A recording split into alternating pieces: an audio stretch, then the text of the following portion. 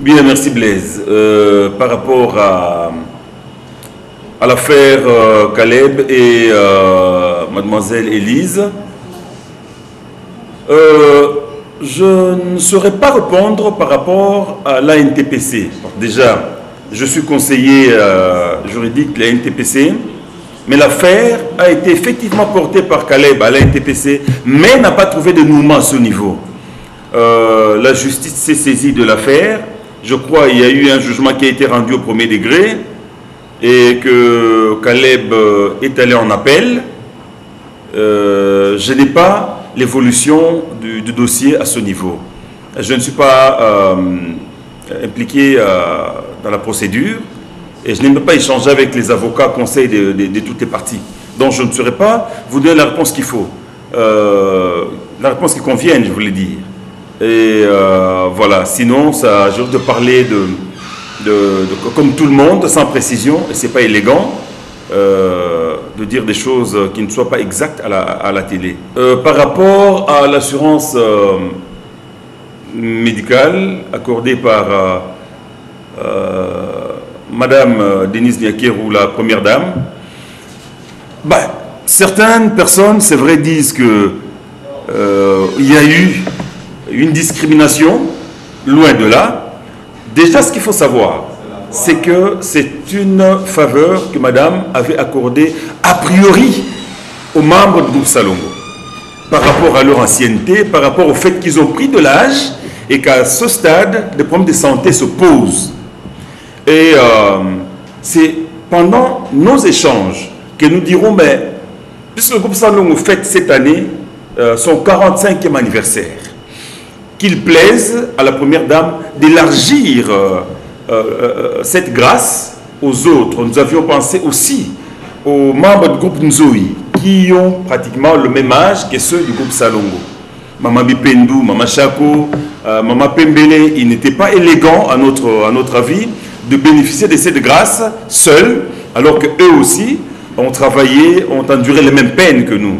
Voilà pourquoi Maman Denise dira, bon, dans ce cas, qu'on élargisse encore aux autres que vous estimez sont professionnels. Ils ne vivent que de ce métier, qui ne sont pas des gens qui viennent comme qui rentrent comme par effraction dans la profession puis disparaissent après-midi, donc qui sont là.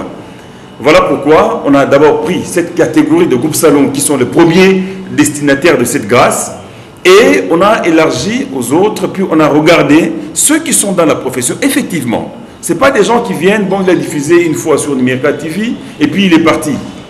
Et qui viennent aussi, parce qu'il y a certaines personnes qui, bon, star, applaudit Nabalaba, Nabango, et puis ça s'arrête là. Ils ne fréquentent pas l'association, la NTPC qui regroupe les artistes, qui sait, qui a une traçabilité de la vie de chacun. Et voilà comment on a lancé cet appel. Mais aussi, il faut savoir que les artistes, par moments, se comportent comme des enfants. Excusez-moi le terme. On vous invite. La fondation Denise Nyakeru invite les artistes à amener leur candidature, à souscrire à l'offre.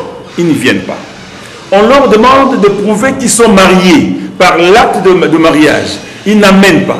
De prouver qu'ils sont parents, d'amener les actes de naissance de leurs enfants. Ils n'amènent pas.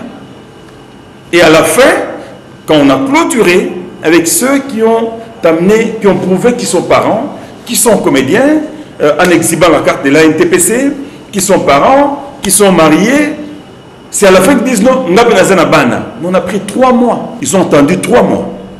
Et c'est vrai, nous pouvons reconnaître aussi que c'est une œuvre humaine, loin d'être parfaite. Il y a certains aînés dans la profession dont le contact était très difficile, qui ne se sont présentés que lorsqu'ils ont vu à la télé la remise officielle des cartes d'assurance médicale. Là, je cite des doyens comme le vieux Mafoura, de Minzoto Wela de l'époque, les Mama Mayeno, le papa Moussa du groupe Maboke à l'époque. On n'avait plus leurs traces. Et voilà pourquoi on continue à plaider pour que la Fondation essaie de nous ouvrir encore, ne serait-ce qu'une toute petite fenêtre, pour que ces doyens-là puissent bénéficier de cette grâce de maman Denise Nyakero Tshisekedi. Mais sinon, ça n'a pas été une discrimination. Certains artistes ont été écartés, oui, la discrimination par rapport à l'âge, parce qu'au premier appel, n'étaient éligibles que ceux qui étaient avancés en âge, parce qu'il est connu de tous que plus on est avancé en âge, plus on a des problèmes de santé. Mais les jeunes sont forts, ils peuvent marcher du grand marché au rond-point sans que les muscles crient.